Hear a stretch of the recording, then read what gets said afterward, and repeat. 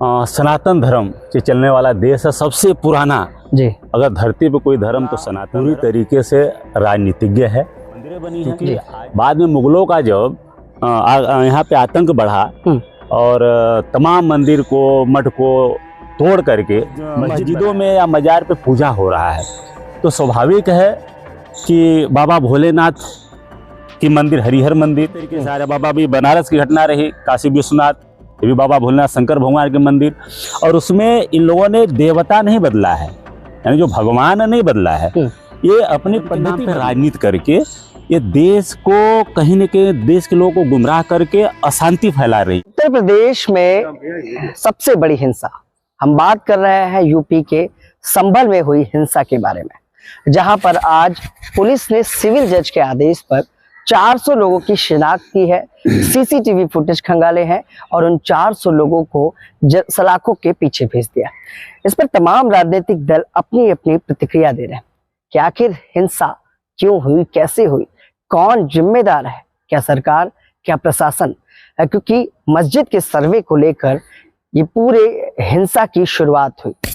जामा मस्जिद, हरिहर मंदिर, ये विवाद का वो विषय था जिसको लेकर संभल में ऐसी हिंसा भड़की कि आज पूरे देश में इसकी बात हो रही है, इसकी चर्चा हो रही है। राजनीतिक दल सवाल कर रहे हैं कि आखिर जिम्मेदार कौन। हमारे साथ बातचीत करने के लिए आज राष्ट्रीय पार्टी के राष्ट्रीय अध्यक्ष बाबू रामपाल और उनके लोग हैं, जानते हैं संभल में हुई हिंसा को लेकर उनकी प्रतिक्रिया क्या है। रामपाल जी, कैसे देख रहे हैं इस पूरे मामले को? बहुत बहुत धन्यवाद। मैं बाबू रामपाल, राष्ट्रीय अध्यक्ष राष्ट्रीय पार्टी। यह मामला पूरी तरीके से राजनीतिज्ञ है, क्योंकि आज भारतीय जनता पार्टी धर्म के आड़ में राजनीति कर रही है।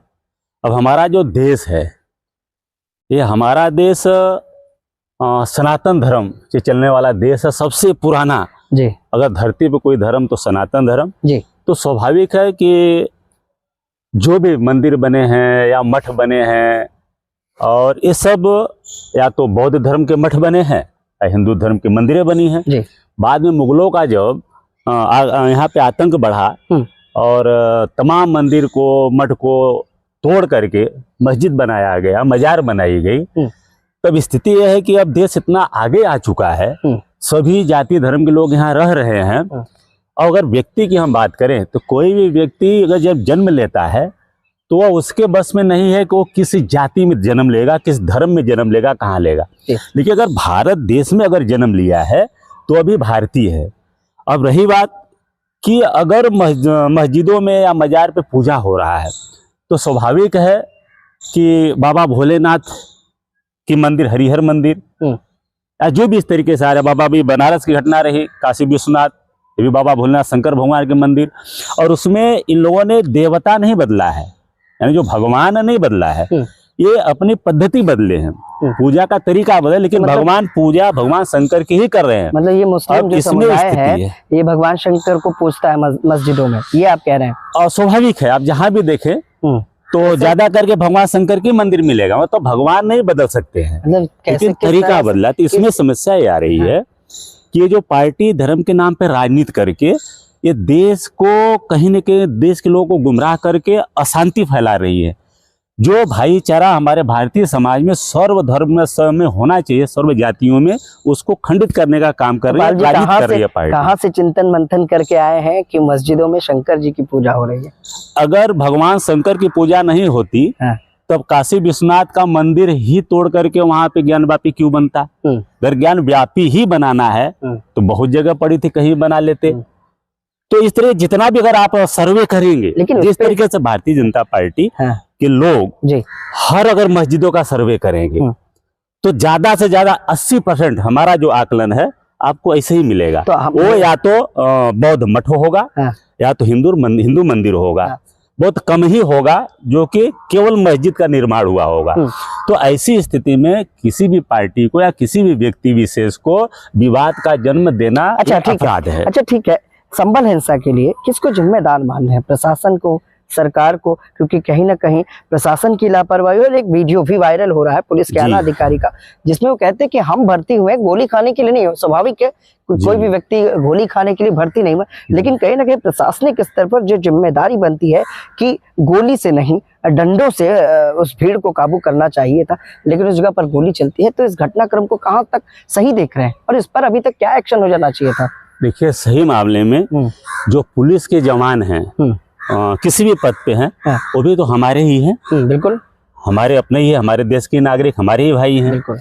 और जो आज पत्थर उठा रहे हैं या उग्रवाद कर रहे हैं धर्म के नाम पे, वो भी हमारे ही देश के हैं, हमारे ही भाई हैं। तो इसमें जो आग लगाने का काम कर रहे हैं, हमने पहले ही कहा, जो आग लगाने का काम कर रहे हैं यह जिम्मेदार है। और आग लगाने से फायदा किसे हो रहा है, उसको समझने की जरूरत है। इसको आग लगाने वाले लोग कहीं न कहीं वो किसी न कहीं जगह पार्टियों से जुड़े हुए लोग हैं, और उनके पीछे कहीं न कहीं शासन सत्ता का भी कहीं न कहीं एक मोरल सपोर्ट तो है ही है। अगर मोरल सपोर्ट नहीं रहता तो ऐसा क्या कारण है कि भारतीय जनता पार्टी जब से सत्ता में आई है तब से ज्यादा और मस्जिदों के सर्वे हो रहा है और ज्यादा से ज्यादा वो खोज किया जा रहा है। एक मंदिर के, कालकी मंदिर के एक प्रवक्ता है और भाजपा के नेता है आचार्य प्रमोद कृष्णम, उन्होंने अखिलेश यादव पर और विपक्ष पर हमला किया कि इस पूरे दंगे में कहीं ना कहीं समाजवादी पार्टी के लोगों का हाथ है।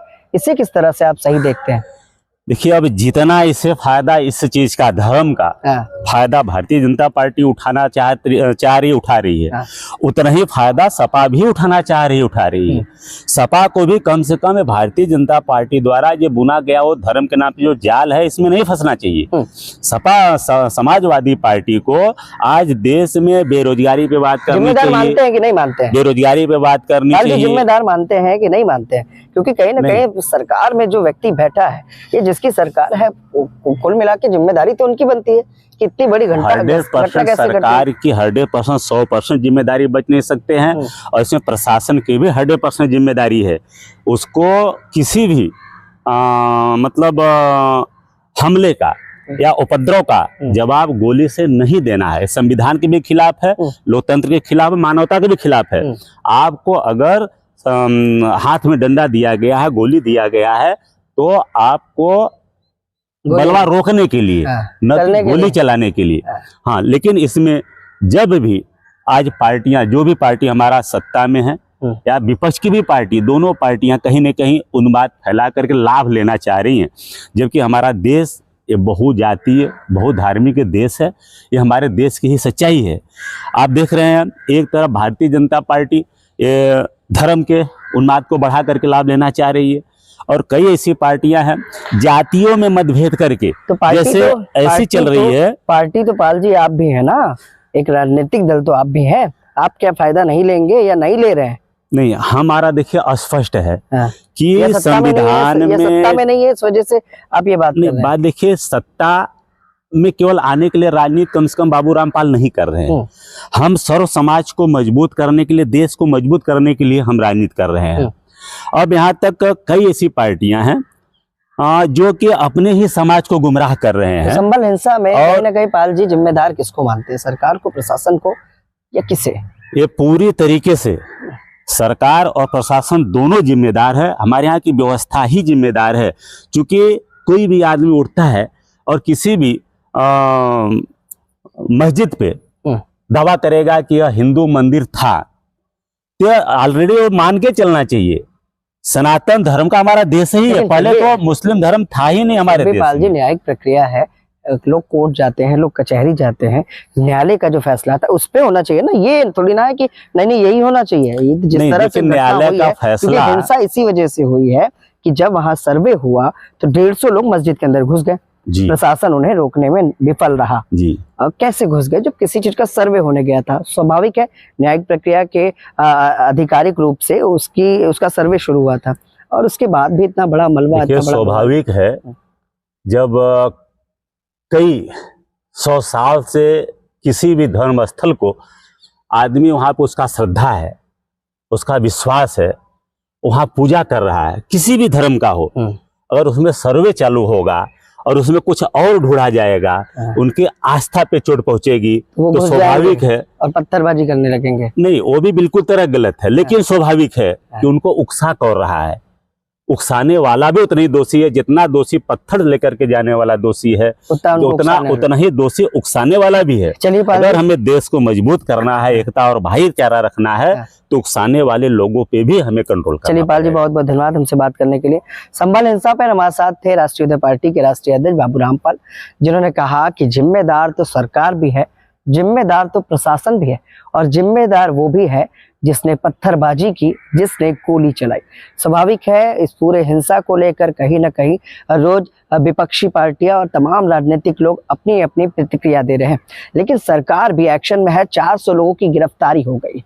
जिम्मेदारों कहीं ना कहीं न्यायालय की जो प्रक्रिया थी, न्यायालय के आदेश पर 400 लोग गिरफ्तार हो गए, लेकिन संभल हिंसा में आखिर बड़ी कार्रवाई क्या होगी, ये देखने का विषय रहेगा, क्योंकि उत्तर प्रदेश के मुख्यमंत्री ये दावा भी करते हैं कि अपराधी कोई भी हो, उसे बख्शा नहीं जाएगा। जिस तरह से पूर्व में आपने देखा होगा कि लखनऊ में हुए एक दंगे में पोस्टर हजरतगंज चौराहे पर लगा दिए गए थे, उसी तरह से संभल हिंसा में जो लोग अपराधी हैं, जो लोग दोषी हैं, उनके भी पोस्टर जारी कर दिए गए।